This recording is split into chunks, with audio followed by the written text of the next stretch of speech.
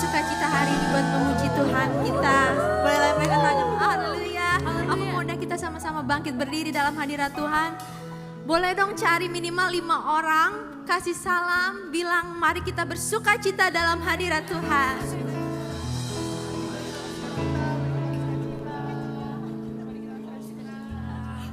Kita mau memuji Tuhan kita siang hari ini.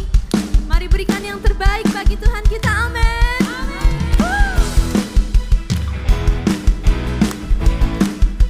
Kami tinggikan namamu Tuhan siang hari ini. Dan segala pujian hanya bagi namamu Tuhan Yesus. Sama-sama katakan, terpujilah namamu Tuhan, kuat dan penuh kemuliaan. Satu suara kami nyatakan,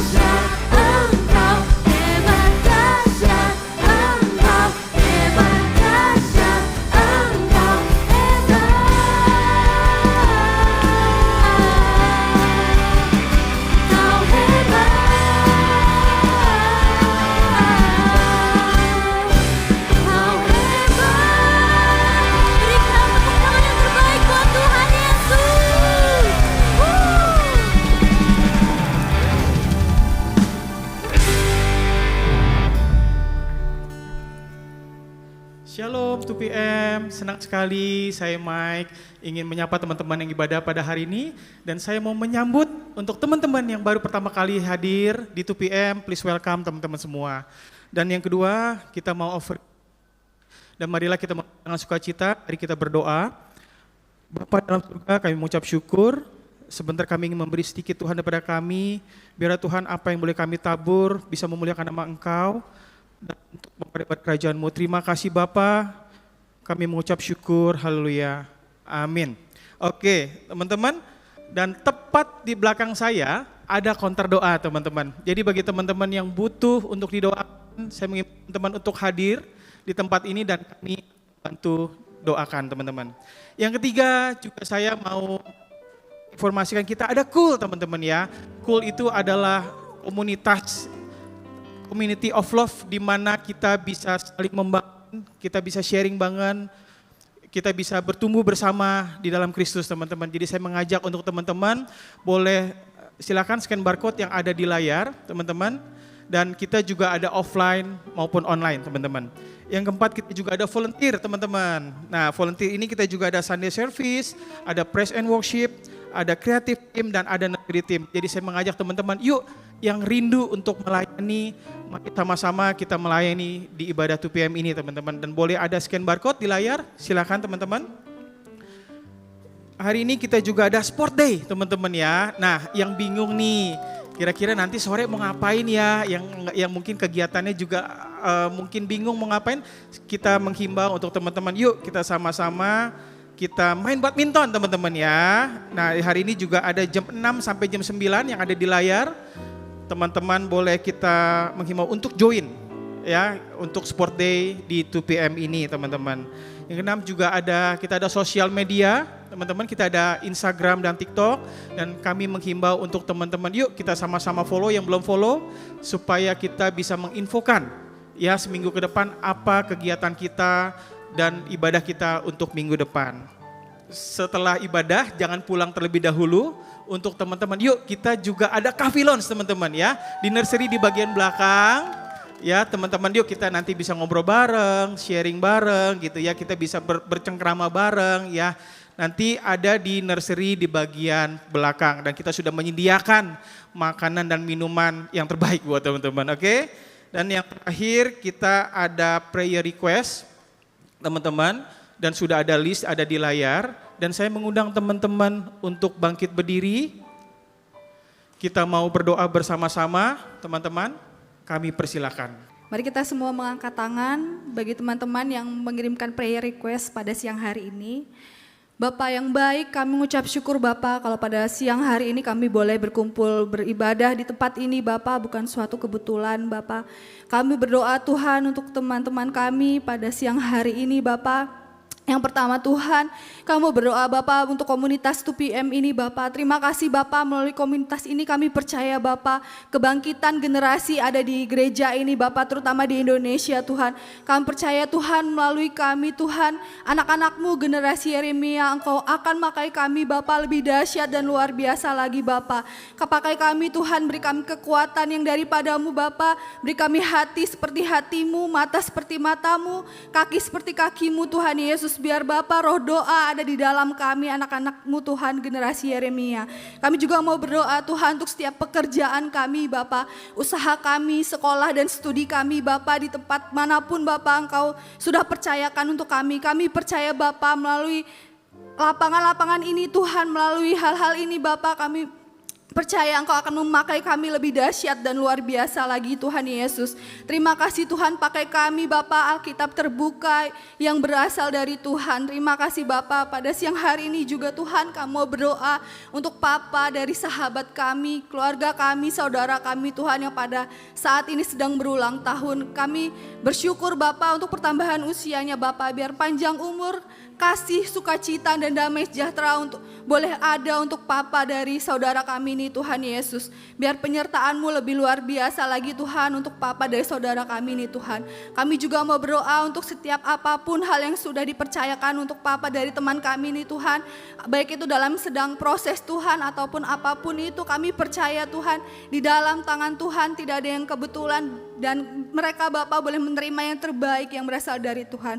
Kami juga mau berdoa Tuhan untuk setiap teman-teman kami yang sedang mengikuti turnamen ataupun lomba apapun Tuhan, kami percaya setiap hal apapun yang dipercayakan oleh Tuhan buat teman-teman kami ini boleh Engkau pakai Tuhan untuk hormat kemuliaan-Mu saja Tuhan.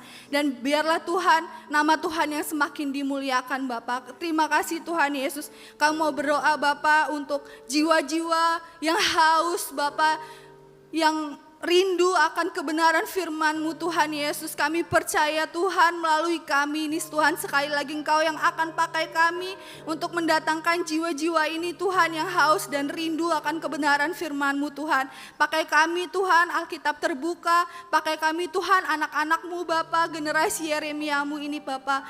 Terima kasih Tuhan, terima kasih. Kami sudah berdoa dan mengalaskan setiap doa kami ini, dan kami percaya Tuhan Engkau yang sudah menjawab dan mendengar setiap doa dan seruan kami. Di dalam nama Tuhan Yesus kami percaya dan kami alaskan semua. Kita katakan sama-sama, amin. Berikan tepuk tangan yang terbaik buat Tuhan kita. Terima kasih Tuhan Yesus. Karena bukan kami yang memilih Engkau, namun Engkau yang pilih kami Tuhan. Bukan karena kehebatan kami, namun karena Engkau begitu mengasihi kami.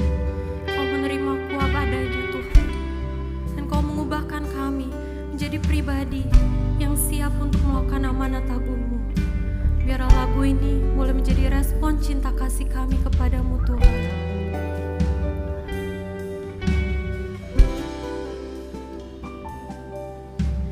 Tuhan Engkau memilihku sebelum ku ada. Jemarimu yang menenunku serupa gambaranmu.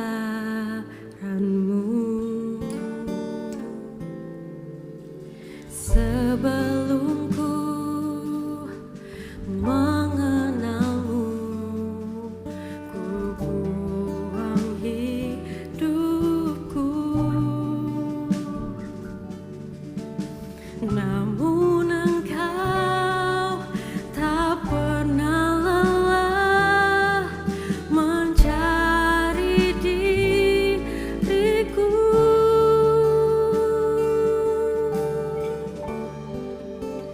Tak kusangka sejak dulu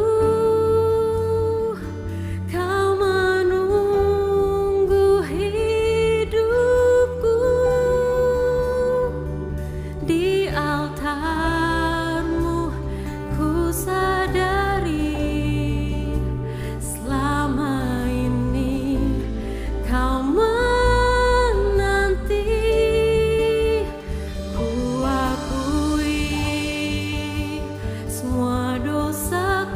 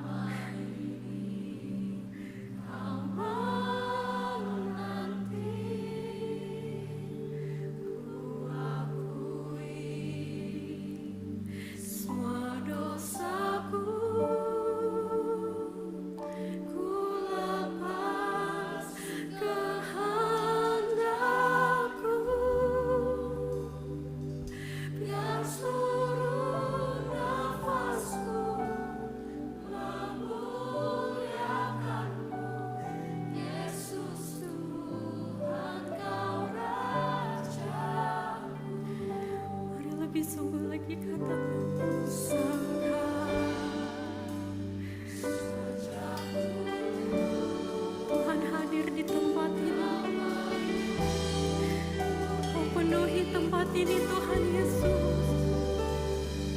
Di altar-Mu ku sadari selamanya Kau menanti.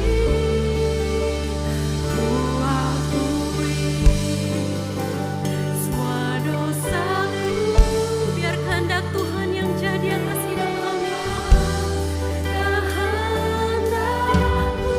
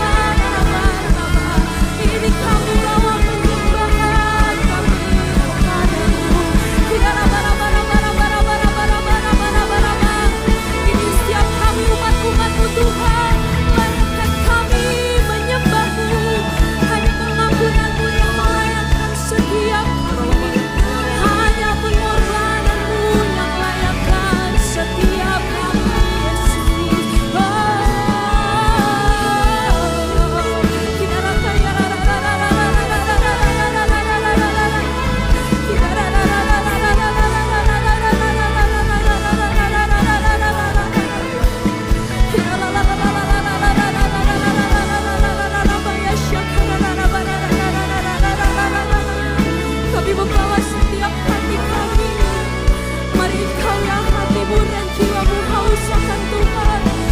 Mari panggil, mari minta kepadanya melawat hatimu, melawat setiap hidupmu. Dia ada di tempat ini. Dia hadir di tempat. Dia hadir di tempat ini, teman-teman. Dia Tuhan yang tidak pernah jauh dan tidak pernah meninggalkan setiap kita. Bahkan sekalipun kita merasa kita tidak pernah layak untuk datang kepadanya, namun Dia selalu datang. Dia selalu mendekat dan tinggal bersama-sama kita.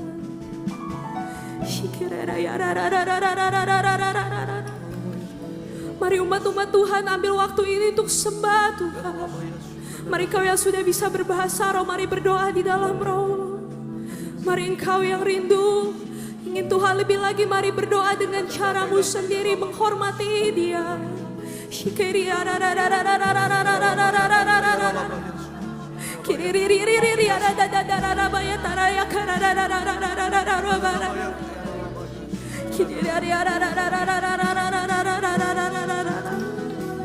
Terima kasih Tuhan, Engkau selalu menolong setiap kami. Terima kasih Engkau selalu setia Tuhan. Hanya untuk menyembah-Mu saja hidup kami Tuhan Yesus.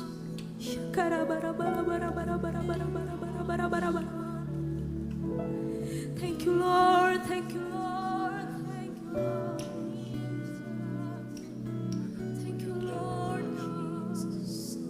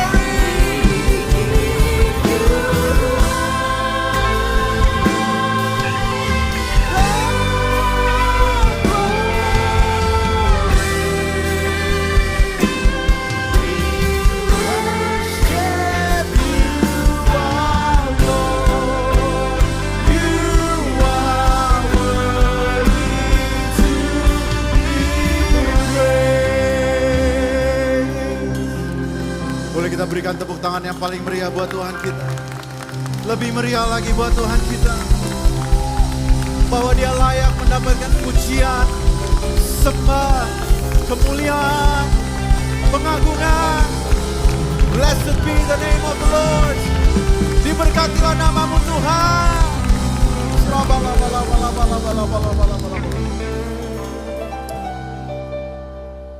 Segala yang kami miliki itu milik Tuhan. Segala yang kami lakukan biar kiranya menjadi kemuliaan bagi namamu Tuhan. Di tahun yang baru ini, ajarkan kami untuk melakukan amanat agungmu Tuhan. Karena kami percaya ini visi dari Tuhan. Untuk kami sebagai gerejamu bergerak dan menuntaskan amanat agung. Tuhan, libatkan kami. Ajak kami untuk terlibat di dalam kegerakan Tuhan. Jangan kau lewatkan 2 PM. Tapi biar kiranya Tuhan kami mengambil bagian di dalam kerajaan Allah. Terima kasih Tuhan, urapi setiap dari kami, supaya kami bisa sungguh-sungguh mengerti isi hati Tuhan. Kami berdoa di dalam satu nama, semua yang percaya katakan, amin. Nama Yesus, kita berikan tepuk tangan yang paling meriah. Silakan duduk saudara-saudara yang dikasih Tuhan. Sungguh luar biasa. It's so good to be back. Senang sekali bisa kembali melayani di rumah Tuhan. And I call 2 PM my home. Setelah berlibur beberapa minggu tentunya big thank you kepada para pemimpin di tempat ini yang sudah melayani, menjaga kandang gitu ya, kita punya terms. Di minggu pertama tentunya Pastor Randy berbicara tentang God is a God of purpose, dan untuk mencapai purpose-mu, tujuan hidupmu, dibutuhkan yang namanya perubahan. Lalu minggu kedua di dalam tema The Mission ini, Pak Robertus Purwadi mengatakan, Tuhan mau kita menjadi ambasadornya Dia dengan menjalankan amanat agung. Dan minggu lalu saya dengar ada pembicara baru di 2 PM. Ada yang benar? Ada yang dengar pembicara baru di 2 PM? Mana yang pembicara barunya di sini? Ya ada kayaknya. All good, Fendi, all good. Ya, minggu lalu dia banyak ngecengin saya, saudara ya. Kayaknya ini waktunya untuk saya payback gitu ya. Fendi berkata tentang hineni, it's powerful. Di macet-macet saya dengerin rairannya begitu luar biasa. Teman-teman yang belum dengar, Pastor Randy, Fendi nanti, Pak Robert juga didengarkan kembali karena sangat memberkati. Berkata tentang hineni minggu lalu, here I am, send me. Nah hari ini saudara-saudara, saya akan berbicara tentang satu topik. Mungkin bisa dikasih lihat, saya punya PowerPoint. Judulnya To Infinity and Beyond. Saya nggak tahu saudara-saudara, apakah saudara-saudara pernah menonton film Toy Story? Ada yang pernah di sini menonton film Toy Story? Ya, oke. Untuk pertama kalinya saya membawa mainan ke dalam panggung gitu ya saudara ya. Ada yang tahu ini karakternya namanya siapa? Buzz Lightyear. Buzz Lightyear ini saya beli di keranjang warna orange gitu ya saudara ya. Dia bisa keluar suara. Sayangnya dia nggak ngomong. Biasanya dia ngomong to infinity and beyond gitu ya saudara ya. Kita tahu itu, kita lihat di slide berikutnya. To infinity and beyond. Nah, ini adalah kalimat ikonik yang Buzz selalu katakan. To infinity and beyond. Dan kalau kita nonton filmnya sebenarnya, Buzz Lightyear itu sebenarnya dia tidak bisa terbang, betul? Dia cuma punya semangat. Dia keluarin, ini karena murahan jadi nggak ada sayapnya gitu ya saudara ya. Semestinya ada sayapnya. Dan sayap itu akan kebuka dan dia akan bilang to infinity and beyond. Dan dia akan lompat gitu ya. Tapi sebenarnya dia nggak terlalu jauh-jauh perginya.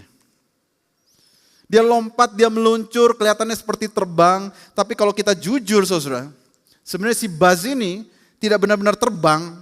Dia hanya lompat dengan penuh semangat dan dia katakan to infinity and beyond, dan dia tidak pergi kemana-mana.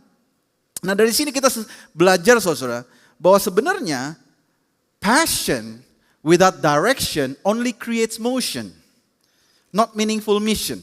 Semangat yang tanpa arah hanya menciptakan kesibukan, bukan misi yang berdampak. Sama seperti si Buzz Lightyear, dia cuma punya semangat to infinity and beyond. Dan ini bukan cuma cerita di kartun, saya mau katakan kita tahu amanat agung, tema bulan ini dan khususnya tema besar untuk tahun ini. Dan jadikanlah semua bangsa muridku dan baptislah mereka dalam nama Bapa dan Anak dan Roh Kudus. Dan ajarlah mereka melakukan segala sesuatu yang telah kuperintahkan padamu. Dan ketahuilah aku menyertai kamu senantiasa sampai pada akhir zaman. Seringkali kita sebagai orang Kristen kita punya semangat. Kita punya energi. Kita punya yang namanya idealisme. Kita selalu berkata kita mau melakukan sesuatu yang besar bagi Tuhan. Tapi setelah beberapa tahun hidup kita nggak kemana-mana. Mirip dengan Buzz Lightyear. Kita cuma punya yang namanya semangat. Kita punya yang namanya ucapan yang kita ucapkan biasanya. Tetapi seringkali hidup kita tidak kemana-mana. See, the problem is, saudara-saudara, the problem is this. The problem is not lack of passion. The problem is short distance faith. Masalah kita bukan kurang semangat. Saya yakin kita anak-anak muda di sini sangat semangat. Tetapi seringkali kita itu tidak punya iman yang sanggup berjalan jauh. Kita sama seperti Buzz Lightyear, to infinity and beyond. Kita menangkan dunia ini bagi Tuhan. Tetapi kita nggak terlalu banyak berdampak, saudara. Nah pertanyaannya bukan apakah kamu punya semangat. Pertanyaannya hari ini adalah bagaimana kita menciptakan dampak yang bertahan sampai kekekalan. To infinity and beyond. Bukan sekedar hari Minggu berikutnya. But to eternity. Bagaimana kita, apa yang kita lakukan di dunia ini di umur kita 70, 80, 90 tahun mempunyai dampak bagi kekekalan. Itu pertanyaan yang terbesar yang harus kita jawab hari ini. Nah hari ini kita akan belajar dari seorang rasul yang besar. Yang begitu luar biasa namanya Paulus. Dan kita akan baca di 1 Korintus 16 tentang perjalanan misi dia kedua. Mengunjungi gereja-gereja, mengunjungi jemaat dan membuat satu gebrakan yang luar biasa. Dan saya akan jelaskan gebrakan apa yang Paulus lakukan. Dikatakan di ayat 1, Paulus datang juga ke Derbe dan ke Listra. Di situ ada seorang murid bernama Timotius, ibunya adalah seorang Yahudi dan telah menjadi percaya. Sedangkan ayahnya seorang Yunani. Timotius ini dikenal oleh saudara-saudara di Listra dan di Ikonium dan Paulus mau supaya dia menyertainya dalam perjalanan. Paulus menyunatkan dia karena orang-orang Yahudi di daerah itu. Sebab setiap orang tahu bahwa bapaknya adalah orang Yunani. Dalam perjalanan keliling dari kota ke kota, Paulus dan Silas menyampaikan keputusan-keputusan yang diambil para rasul dan para penatua di Yerusalem. Dengan pesan supaya jemaat-jemaat menurutinya. Demikianlah jemaat-jemaat yang diteguhkan dalam iman dan makin lama makin bertambah besar jumlahnya. Mereka melintasi tanah Frigia dan tanah Galatia karena Roh Kudus mencegah mereka untuk memberitakan Injil di Asia. Ini penting sekali. Dan setibanya di Misia mereka mencoba masuk ke daerah Bitinia tetapi Roh Yesus tidak mengizinkan mereka. Setelah melintasi Misia mereka sampai di Troas. Pada malam harinya tampaklah oleh Paulus suatu penglihatan. Ada seorang Makedonia berdiri situ dan berseru kepadanya, katanya menyeberanglah kemari dan tolonglah kami. Nah, setelah Paulus melihat penglihatan itu, segeralah kami mencari kesempatan untuk berangkat ke Makedonia. Karena dari penglihatan itu kami menarik kesimpulan bahwa Allah telah memanggil kami untuk memberitakan Injil kepada orang-orang di sana. Lalu kami bertolak dari Troas dan langsung berlayar ke Samotrake dan keesokan harinya tibalah kami di Neapolis. Dari situ kami ke Filipi, kota pertama di bagian Makedonia ini. Suatu kota perantauan orang Roma. Di kota itu kami tinggal beberapa hari. Pada hari Sabat kami keluar pintu gerbang kota. Kami menyusur tepi sungai dan menemukan tempat sembahyang Yahudi. Yang sudah kami duga ada di situ. Setelah duduk, kami berbicara kepada perempuan-perempuan yang ada berkumpul di situ. Seorang dari perempuan-perempuan itu yang bernama Lydia turut mendengarkan. Ia seorang penjual kain ungu dari kota Tiatira yang beribadah kepada Allah. Tuhan membuka hatinya sehingga ia memperhatikan apa yang dikatakan oleh Paulus. Sesudah ia dibaptis bersama-sama dengan seisi rumahnya, ia mengajak kami, katanya, jika kamu berpendapat bahwa aku sungguh-sungguh percaya kepada Tuhan, marilah menumpang di rumahku. Ia mendesak sampai kami menerimanya. Nah saudara, ini cerita di mana Rasul Paulus pertama kali masuk ke daerah namanya Makedonia. Saya akan jabarkan sedikit demi sedikit. Hari ini sedikit seperti pengajaran. Saya akan kupas ayat demi ayat supaya kita mengerti bagaimana seorang Paulus mempunyai dampak bukan hanya sesaat tetapi benar-benar to infinity and beyond. Dia mencoba ke Asia, dia mencoba ke Bitinia, tapi Roh Kudus menutup pintu, ceritanya begitu. Lalu Paulus mendapatkan visi dan dikatakan ada seorang Makedonia bilang, "Pak, nyebranglah kemari dan tolonglah kami." Nah saudara, ini pentingnya dan saya akan berikan konteks ini supaya kita semua mengerti. Paulus pada saat itu tidak mengerti bahwa Makedonia, perhatikan baik-baik, Makedonia adalah gerbang pertama untuk Injil disebarkan di benua Eropa.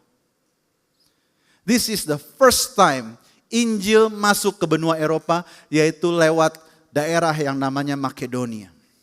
Paulus pada saat kita lihat dia pergi ke satu daerah, ke daerah lain, satu daerah ke daerah lain. Dia berpikir hanya sekitar regional, tetapi Tuhan punya rencana yang berbeda. Tuhan berpikir secara kontinental, saudara. Paulus hanya berpikir secara kota, tapi Tuhan berpikir penyebaran Injil harus ke seluruh dunia. Kenapa saya bilang melalui Makedonia, Injil itu diberitakan ke seluruh dunia? Karena pada saat Injil masuk ke dalam Makedonia, berita tentang Yesus kembali menyebar dan akhirnya Roma dimenangkan dan akhirnya Eropa dimenangkan kalau kita benar-benar baca sejarahnya. Dan melalui orang-orang Eropa inilah terjadilah gemparan-gemparan revival yang terjadi sehingga banyak dari orang Eropa dikirim menjadi penginjil ke seantero, ke seluruh dunia. Bahkan ke Indonesia, orang Nederland, betul? Sehingga melalui Makedonia ini kalau kita sungguh-sungguh lihat historinya, disinilah titik crossover, the real breakthrough Injil itu memenangkan satu benua. Namanya Eropa. Dan dari Eropa ke seluruh dunia. Paulus tidak tahu tentang itu, tetapi kita tahu hari ini bahwa pelayanan dia di 1 Korintus 16 ini mempunyai dampak bukan sekedar kota kecil ke kota kecil, tetapi dia mempunyai dampak to infinity and beyond. Nah, bagaimana saudara kita gereja hari ini, khususnya mungkin di 2PM, para profesional muda di tempat ini, menciptakan dampak yang bertahan sampai kekekalan. Dan hari ini pada saat saya pelajari perikop ini, minimal saya melihat ada 3 hal yang bisa kita pelajari dan kita lakukan. Sehingga kita pun di tahun 2026 bisa menjalankan amanat agung dan apa yang kita lakukan berdampak to infinity and beyond. Yang pertama saya mau katakan adalah ini saudara. The Great Commission is too big for solo heroes. Amanat agung itu saudara tidak pernah dirancang oleh Tuhan untuk dilakukan oleh segelintir orang. Untuk dilakukan oleh 1-2 orang saudara. Kenapa saya bisa bilang gitu? Saya akan perlihatkan kepada teman-teman semua di tempat ini. Paulus itu punya tim ternyata. Kita lihat timnya siapa aja. Kita baca ada seorang namanya Silas. Silas ini adalah sama seperti Paulus. Dia itu rekan kerjanya Paulus. Teman tukar pikirannya. Teman sejawatnya. Teman di mana dia menderita bersama-sama. Mungkin sama seperti wakil-wakil saya di 2PM gitu ya. Tempat teman-teman kita sungguh-sungguh memikirkan dan mengusahakan bareng-bareng. This is like Batman and Robin gitu saudara ya. Dia punya Silas. Lalu Timotius, kita baca tadi Timotius. Siapakah Timotius? Ternyata Paulus itu mengambil Timotius karena dia tahu tentang hal ini. Dan ini kunci saudara bagi kita. Timotius adalah setengah Yunani dan setengah Yahudi. Dan Timotius itu adalah anak muda. Berbicara tentang generasi berikutnya. Jadi kalau kita mau berbicara tentang amanat agung, tidak akan mungkin diselesaikan oleh satu generasi. Pasti akan diselesaikan dengan pelayanan multi generasi. Katakan amin saudara. Dan kita berdoa, kita para dewasa muda, young professionals, millennials and Gen Zs, kita berdoa dan minta kepada Tuhan bahwa kita pun dilibatkan di dalam amanat agung Tuhan. Haleluya. Di situ kita juga belajar saudara bahwa Paulus sebelum perjalanan misinya yang kedua, dia ketemu dengan murid-murid Tuhan Yesus di Yerusalem. Siapakah murid-murid Tuhan Yesus? Diceritakan ada Yakobus yang pasti adik dari Tuhan Yesus sendiri. Murid-murid the real OG, saudara ya, the real OG, the 12 gitu ya. Dia bertemu dan dia bertukar pendapat dan dia berkata saya mau pelayanan di Gentiles. Akhirnya mereka memberikan berkat dan restu untuk Paulus, Silas untuk pergi menginjil. Di sini saya berbicara bahwa untuk kita bisa menuntaskan amanat agung, kita sebagai para dewasa muda, kita harus ada di dalam tudung, covering gereja kita. Katakan amin saudara. Jangan sampai kita para dewasa muda menjadi anak-anak muda yang liar, yang mau-maunya sendiri. Tetapi kita harus ada di dalam satu tubuh Kristus, di mana kita boleh digembalakan, di mana kita boleh di-cover oleh pemimpin-pemimpin rohani di atas kita. Lalu dikatakan ada yang namanya Lukas. Tahukah saudara-saudara siapakah Lukas yang ada di dalam tim Paulus? Lukas adalah seorang dokter yang luar biasa. Bukan sekedar dokter, dia adalah penulis, pencatat yang handal dan detail luar biasa sehingga dia menciptakan atau menulis buku yang namanya Lukas. Dan sebenarnya kisah para rasul sebenarnya kalau boleh saya katakan itu sebenarnya adalah Lukas 2. 2 Lukas, sorry. Jadi penulis buku Lukas dan kisah para rasul itu sama. Dan Paulus merekrut dia di Troas. Lalu ada yang namanya Lydia. Tahukah Bapak Ibu siapakah Lydia? Tadi kita sudah baca. Lydia ternyata adalah seorang entrepreneur. Pengusaha. Marketplace leader. Bahkan beberapa penulis Bible commentary pada saat saya pelajari. Dikatakan gereja Filipi yang kita baca surat Filipi itu markasnya di rumah Ibu Lydia. So what am I trying to say here? Seringkali teman-teman, kita berpikir bahwa amanat agung itu tidak ada hubungannya dengan kita. Kita berpikir amanat agung itu semestinya tanggung jawab para pendeta saja. Para pengkhotbah saja. Itu tuh, bapak itu mestinya dia jadi penginjil. Tapi yang mau saya jelaskan bahwa kita semua dipanggil untuk melakukan amanat agung. Katakan amin saudara-saudara. Saudara-saudara, buat teman-teman di sini yang pengusaha, Tuhan memberkati kita, termasuk saya. Saya saat ini ada beberapa usaha, termasuk saya. Tuhan memberkati kita bukan sekedar untuk kita jadi kaya. Tapi Tuhan punya rencana dan Dia mau pakai kita untuk menjadi bagian dari amanat agung. Katakan amin saudara. Jika engkau punya yang namanya semangat, idealisme, umur yang masih muda, do you know what? God also wants you to be involved. Jika engkau adalah seorang profesional seperti Lukas, God wants you to be involved. Jika engkau orang ungu yang suka detil dan alis miring aja bisa tahu, God wants you to be involved. Tuhan mau memakai semua dari kita untuk menjadi bagian dari amanat agung. Dan Lydia adalah seorang yang luar biasa. Some of us, beberapa dari kita dipanggil untuk menjadi pengkhotbah. True. Tapi beberapa dari kita dipanggil untuk membangun tim. Beberapa dari kita dipanggil untuk menjadi support. Dan beberapa dari kita mungkin dipanggil untuk memimpin dari belakang. Pertanyaannya adalah, tahukah engkau di mana tempatmu di dalam penggenapan amanat agung? Katakan kepada kanan kirimu, saudara-saudara, katakan, kamu itu orang penting.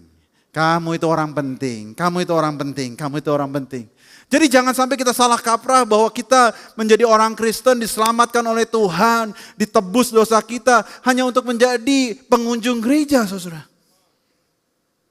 Hanya untuk duduk di tempat kursi yang sama minggu ke minggu, minggu ke minggu, 2024, 2025, 2026 masih duduk di kursi yang sama. Yang mau saya jelaskan, amanat agung bukan sekedar satu atau dua orang. Tetapi kita semua Tuhan mau pakai. Amin saudara. Ya, kita itu penting di dalam kerajaan Tuhan. Saya suka sekali quote ini saudara. A team of champions may win games, but a champion team wins championship. Satu tim yang penuh dengan bintang mungkin bisa menang untuk 1, 2, 3 pertandingan. Tapi a champion team, dia bisa memenangkan kompetisi jangka panjang, saudara. Contohnya mungkin Chicago Bulls. Bukan tentang Michael Jordan, tetapi semuanya bisa menjadi a champion team, saudara. So saya berdoa di 2 PM. Mari kita menjadi champion team, saudara. Bukan tentang 1, 2 orang. That's why, please, jangan terlalu silau dengan yang namanya hamba Tuhan. Jangan. Kita, saudara, saya, semua dari kita mempunyai Roh Kudus yang sama di dalam kita untuk melakukan sesuatu yang besar bagi Tuhan. Katakan amin, saudara. A champion team. Kita semua akan dipakai oleh Tuhan untuk menuntaskan amanat agung. Lalu kita akan masuk ke dalam hal yang kedua. Kita akan melihat bahwa the Great Commission itu requires yang namanya endurance. Amanat agung itu memerlukan kita untuk bertekun. Maksudnya gimana? Saya akan jelaskan dengan peta supaya kita mengerti. Ini adalah peta perjalanan Paulus dari Yerusalem dia ke Antioquia. Dari Antioquia dia ke Tarsus. Dari Tarsus dia ke Derbe, ke Listra, ke Frigia, ke Bitinia, ke Misia, ke Troas, akhirnya dia ke Filipi, saudara. Kalau teman-teman pelajari dengan baik tadi tentang Kisah Rasul 16, dari Derbe di sini ke Troas itu jaraknya kira-kira sekitar 500 sampai 600 kilometer, saudara. Paulus mengunjungi jemaat demi jemaat, dia layani, dia kunjungi kota-kota, dia ikutin jalan-jalan yang mungkin berbahaya, saudara. Jadi Derbe ke Troas itu kira-kira 700 km. Kira-kira kalau di Pulau Jawa, itu Paulus itu berjalan dari Jakarta ke Jogja, saudara. Jakarta ke Jogja. Dan dia pergi ke sini, dan tentunya saudara saya tahu Paulus itu orang merah dan orang ungu yang detil. Saya yakin dia minta Tuhan tolong dong Tuhan, ada terobosan dong Tuhan. Tuhan aku mau dong sesuatu yang terjadi. Tapi kalau kita tadi baca apa yang dia lalui di kota-kota kecil itu, daerah-daerah kecil itu, tidak ada mujizat-mujizat yang signifikan, bukan? But the most important thing here yang kita bisa pelajari dari Paulus adalah walaupun dia tidak lihat hasil, dia tetap berjalan, saudara. This is the difference maker. Seringkali kita orang Kristen, pada saat kita tidak melihat hasil dalam pelayanan kita dengan mudah bilang, burn out gua kok. Burn out, itu kata yang senang banget dipakai sama millennials. Burn out gua kok. Hambar gua kok, hambar. Capek, ya capek, semua juga capek. Kalau nggak capek ya nggak beraktivitas. Capek ya tidur lah ya, saudara-saudara ya. Saudara lihat Paulus, kalau kita pelajari dia mau ke Asia. By the way, Asia itu bukan Cina atau Jepang, bukan. Asia itu satu daerah di sini ya. Jadi bukan Mongolia, bukan ya, nggak terlalu jauh. Dia mau ke Asia, Roh Kudus bilang jangan. Dia mau ke Bitinia, Roh Kudus tutup jalannya. Dia nggak tahu harus kemana. But he keeps walking and walking and walking and walking. Dan ini saya rasa harus kita pelajari. Tuhan seringkali memberikan tuntunan setelah kita taat dan setia. Saya ulangi. Tuhan seringkali memberikan tuntunan setelah kita taat dan setia, bukan sebelumnya. Ya mungkin relate sama kita, terkadang kita pikir sepertinya apa yang kita lakukan tidak membuahkan hasil. Aduh, kok Tuhan gak ngomong sama saya. Tapi saya mau katakan, jangan-jangan Tuhan belum ngomong sama engkau karena engkau belum berjalan. Karena engkau belum melangkah. Karena firman Tuhan katakan, the righteous shall walk by faith. Orang yang benar berjalan dengan iman. Dan Paulus kita belajar. Dari Paulus kita belajar ini, saudara. God often tests our endurance before He gives us direction. Seringkali Tuhan itu menguji ketekunan kita sebelum Dia menjelaskan arahnya kita. Kadang-kadang gemes ya sama Tuhannya. Tuhan maunya apa sih gitu ya. Tapi let me tell you, Paulus pun juga menghadapi hal yang sama. Kalau saya jadi dia, ini gimana sih? Kesini gak ada breakthrough, kesini ditutup, kesitu ditutup, gak ada breakthrough. But he keeps walking, dia tetap jalan dan jalan dan jalan. Dan bukan itu saja, saudara, sedikit, makanya saya katakan hari ini sedikit Bible study. Chapter sebelumnya, saya tidak akan baca. Paulus itu baru berantem besar sama seorang rasul lainnya namanya Barnabas, saudara. Di misi yang pertama, Paulus dan Barnabas itu kayak itu kayak double duo yang benar-benar luar biasa, dahsyat. Sebelum misi yang kedua, mereka berantem, cekcok besar. Firman Tuhan katakan, hal itu menimbulkan perselisihan yang tajam sehingga mereka berpisah dan Barnabas membawa Markus juga sertanya. Nanti that's another story, another sermon. But what I'm telling you is this, Paulus walaupun dia tidak tahu kemana dia pergi, dia tetap berjalan. Kita setuju dengan itu.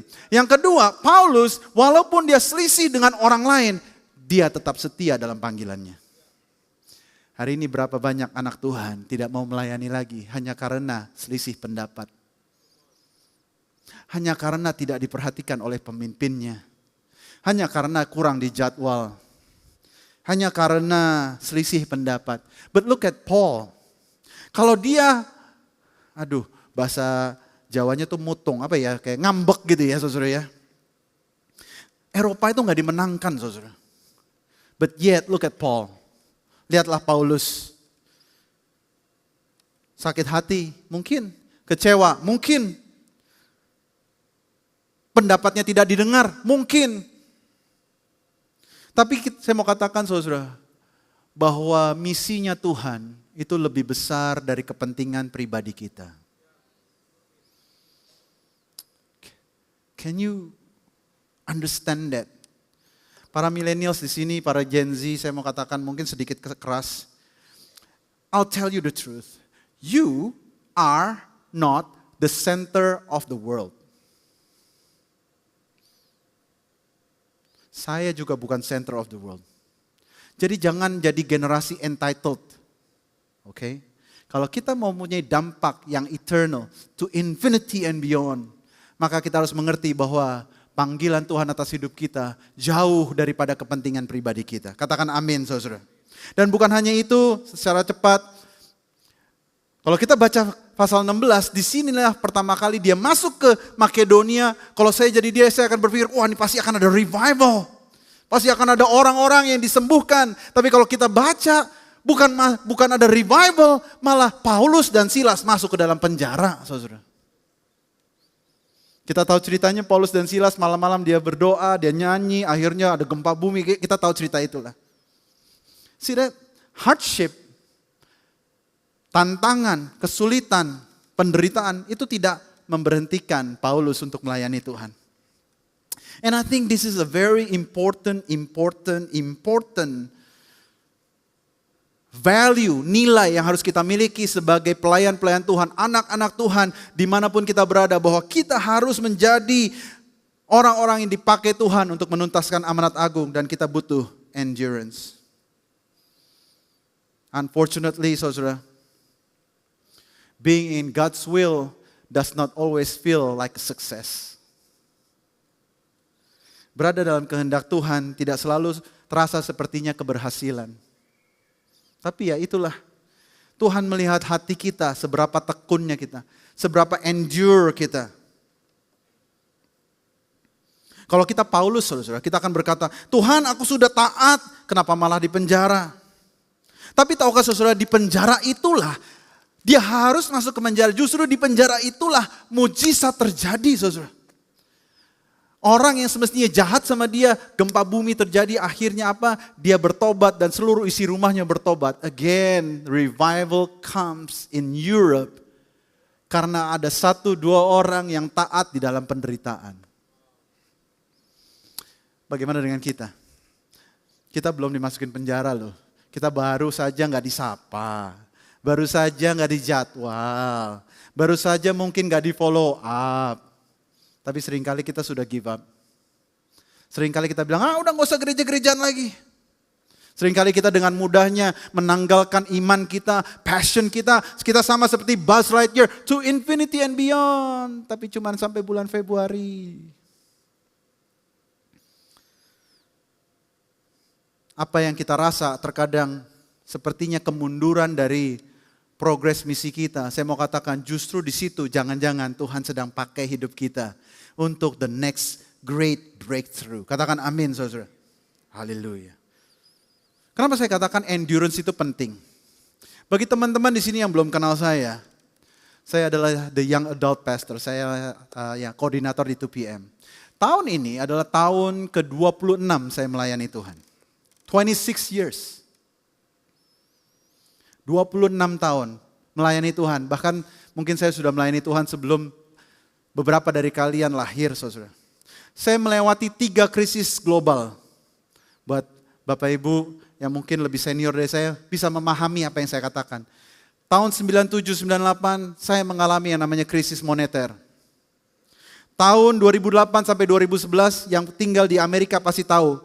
ada yang namanya global financial crisis, di mana bank-bank itu runtuh semua dan pekerjaan itu nggak ada.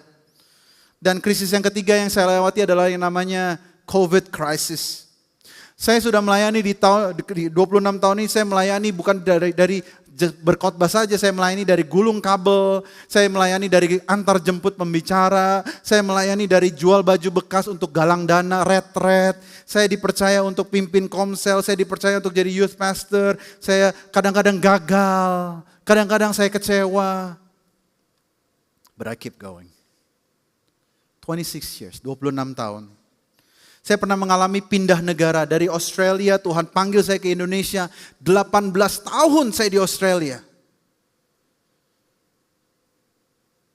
Pulang ke Indonesia yang jauh lah ya sama Paulus. Saya pikir akan ada red carpet bahwa Tuhan akan pakai dengan luar biasa. Ternyata saya harus mengalami yang namanya kebangkrutan dalam bisnis. Saya harus mengalami yang namanya kesepian. Saya harus mengalami yang namanya kesulitan beradaptasi. Saya pernah kecewa, sakit hati, disalah mengerti, tidak dianggap dan tidak punya teman. Saya dan istri saya dulu tinggal di apartemen Ancol Mansion, saudara. Saking dari Australia pindah ke Indonesia nggak punya teman, nggak seperti di sini. I wish dulu saya ada di dalam komunitas seperti ini, saudara. Malam minggu, Mike dan Cirai, bukannya saya main badminton seperti sports day tadi, saya main kartu berdua sama istri saya karena nggak punya teman lainnya. Di Australia saya punya banyak teman. Tapi karena Tuhan suruh pulang ke Indonesia, saya tanggalkan semua itu. Yet I still serve God. Bagaimana dengan kalian? Do you have endurance? Punyakah engkau yang namanya ketekunan, daya tahan? Punya duit, enggak punya duit, melayani Tuhan. Musim kehidupan single, pacaran, tunangan, menikah, punya anak 1, punya anak 2, melayani Tuhan. Unfortunately, I'm telling you the truth nih teman-teman di Thrive yang tahun lalu kita ada banyak sekali yang menikah. Unfortunately, saya sering melihat anak-anak muda yang sudah menikah berhenti melayani Tuhan. That is sangat sedih karena pertanyaannya begini. Jadi sebenarnya Tuhan itu layak untuk kalian sembah nggak pada saat musim kalian menikah? Layakkah dia dilayani pada saat engkau sudah menikah? Pada saat engkau sudah retired? Pada saat engkau punya uang, layakkah dia dilayani? Pada saat engkau tidak punya uang, layakkah dia dilayani? Pada saat engkau sibuk dengan bisnismu, dengan pekerjaanmu, layakkah dia dilayani?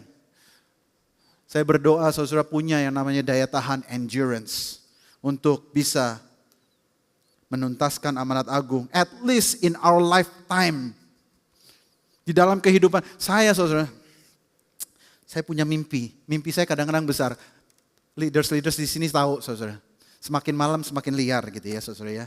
Kami kemarin baru meeting, gak lama, bukan 1-2 jam, 9 jam meeting untuk 2PM 2026 saudara. Sudah mumet gitu ya. Saya lihat Fendi udah mulai keluar-keluar dari meeting, gak bisa fokus. Pada banyak yang lapar, makan siomay, udah gak bisa fokus saudara ya. Saya punya mimpi, nanti saya umur 70, 80 kalau udah beruban dan susah gitu ya. Saya mau beli bus dan saya mau antar jemput jemaat loh saudara. That's my goal. Pokoknya saya layani dari belakang. Saya mau the day I die, I am serving God. Bagaimana dengan engkau?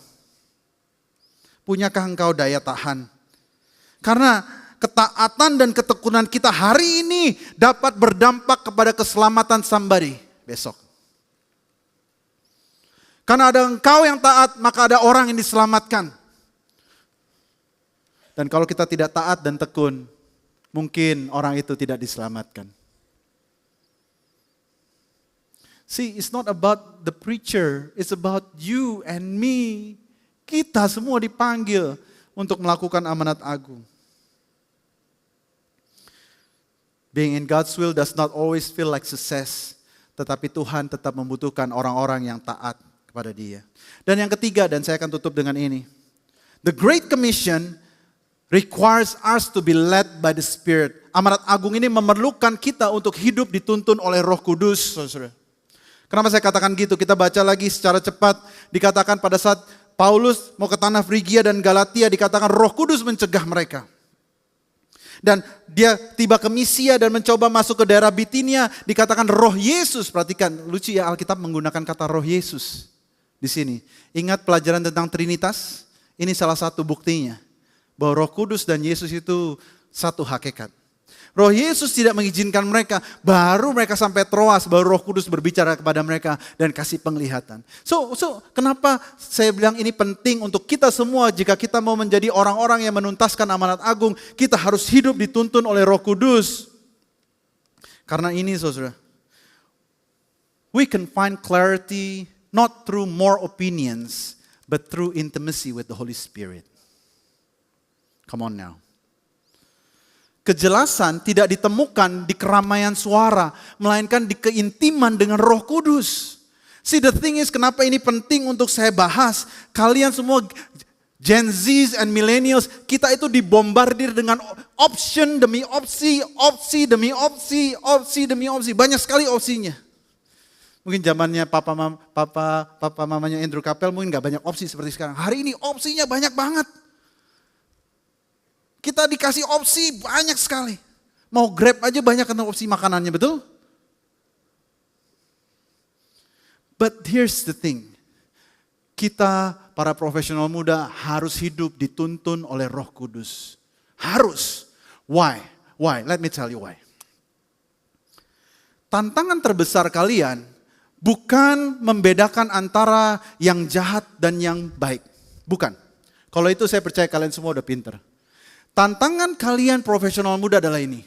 Membedakan the good things and the God thing.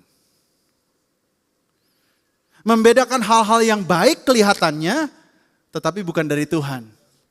Dan memilih untuk melakukan kehendak Tuhan. That is your greatest challenge today. Dan kalau engkau tidak hidup dituntun oleh Roh Kudus, maka saya khawatir engkau tidak menghidupi panggilanmu dan menyenangkan hati Dia. Karena banyak good things. In fact, semalam pada saat saya mempersiapkan firman Tuhan ini, sometimes, bisa lihat saya semua, sometimes the good things can be your pacar.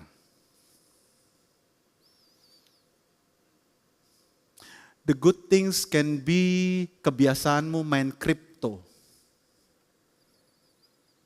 The good things can be kebiasaan engkau di malam minggu pergi hangout clubbing dengan siapapun.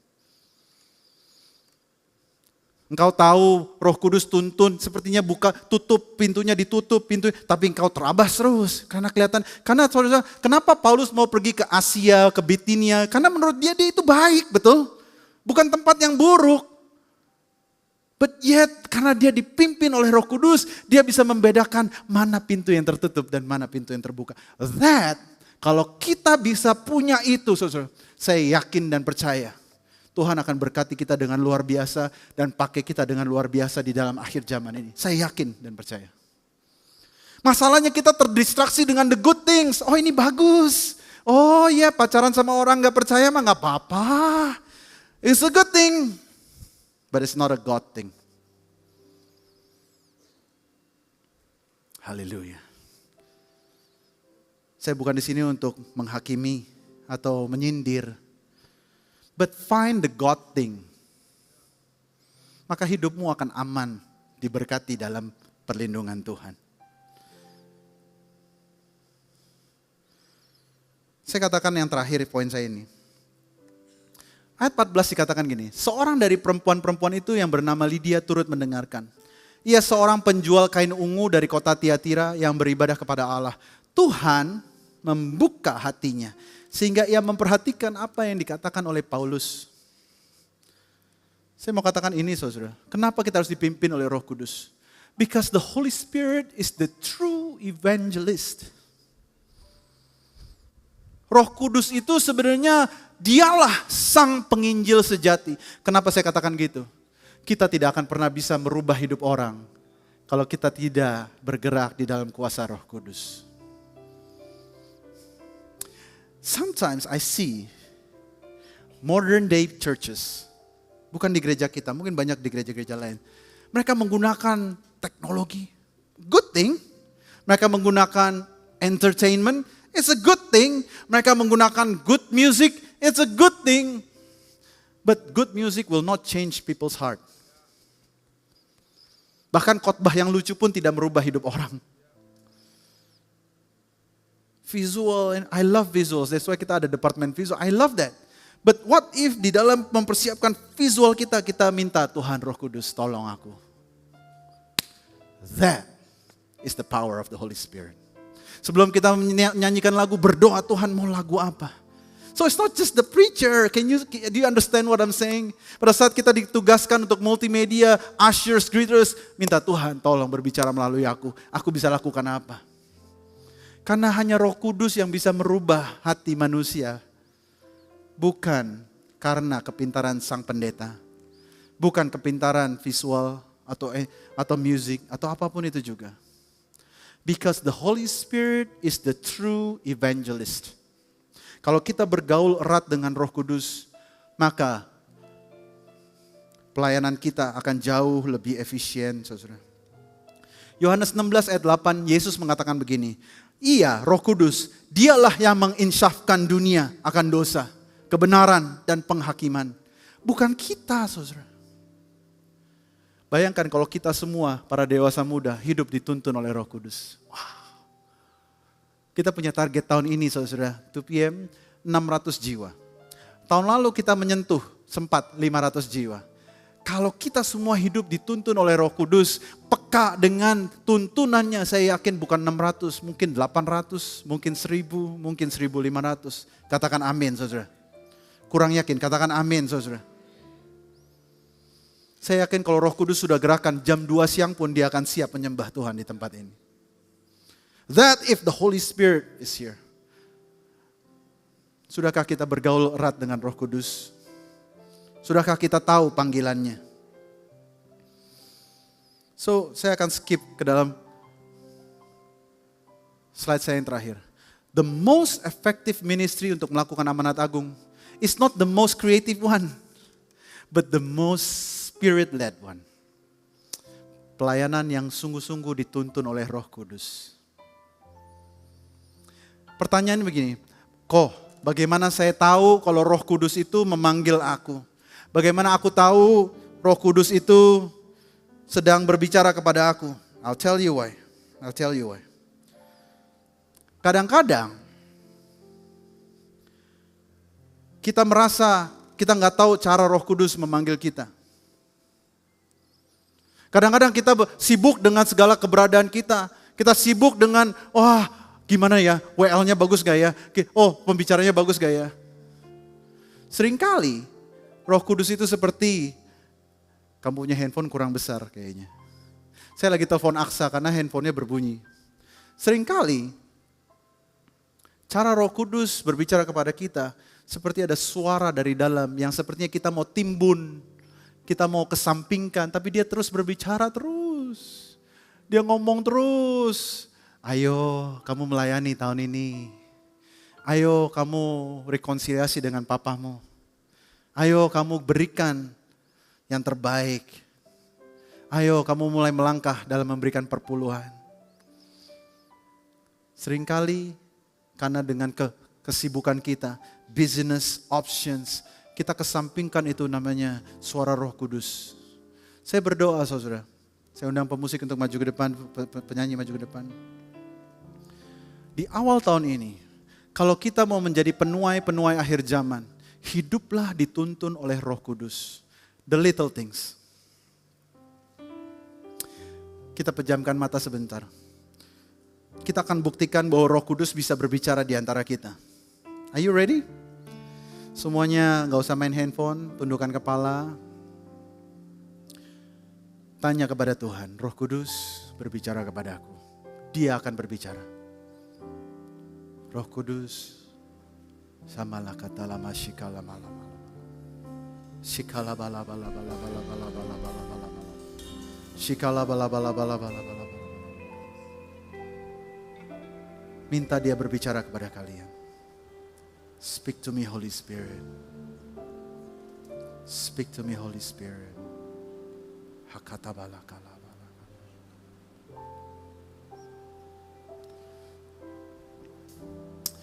Jika hari ini Bapak Ibu ada yang datang ke tempat ini karena engkau sedang mengalami kekecewaan dalam hal bisnis, mungkin baru saja engkau ditipu, mungkin baru saja engkau dimanfaatkan oleh mungkin partner kerjamu atau siapapun itu.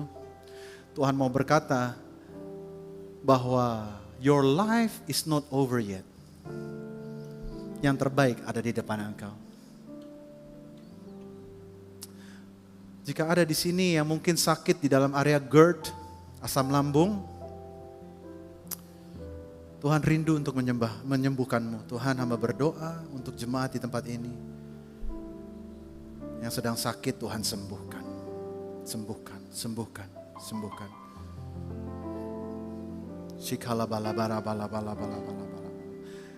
Kalau di sini ada suami istri yang datang, boleh genggam tangan istrimu, suamimu.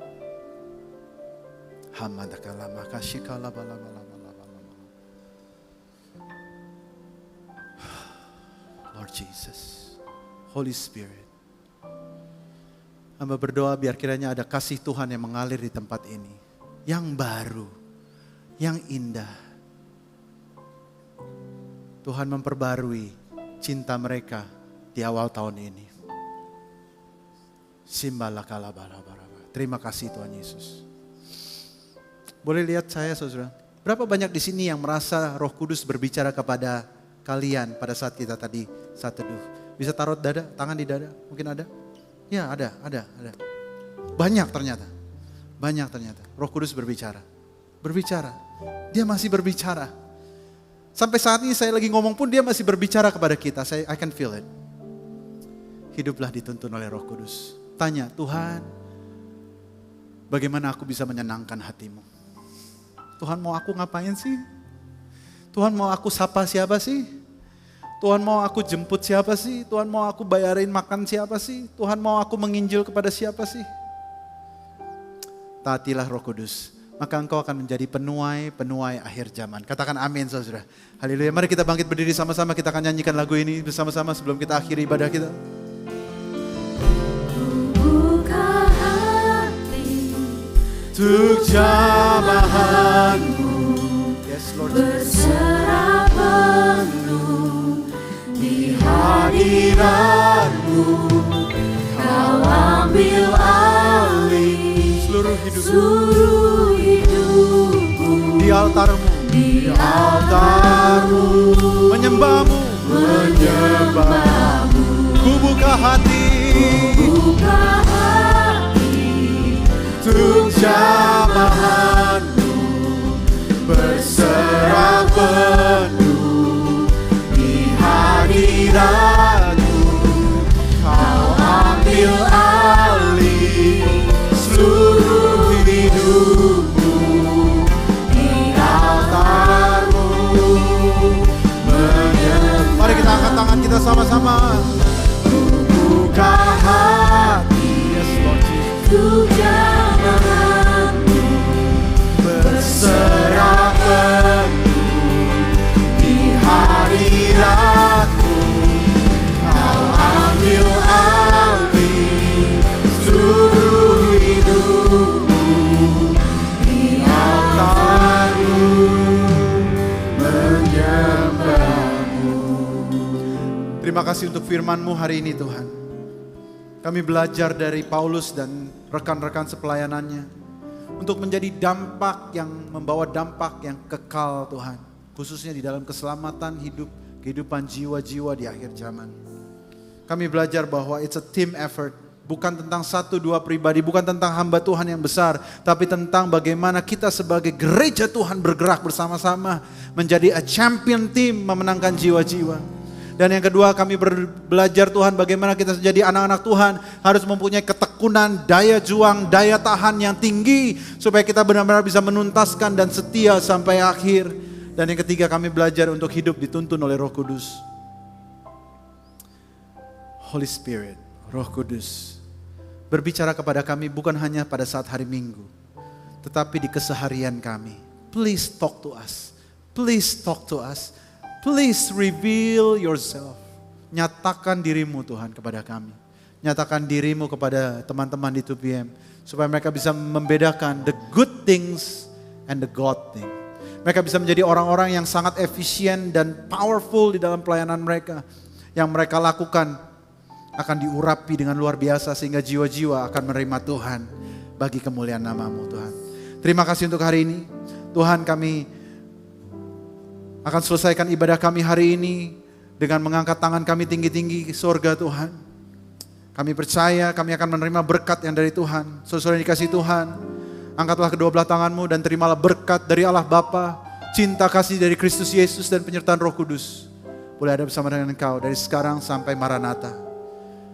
Dalam nama Yesus, semua yang percaya katakan amin, amin, amin, amin. Tuhan Yesus memberkati. Sampai ketemu di Coffee Lounge dan juga di badminton. God bless you.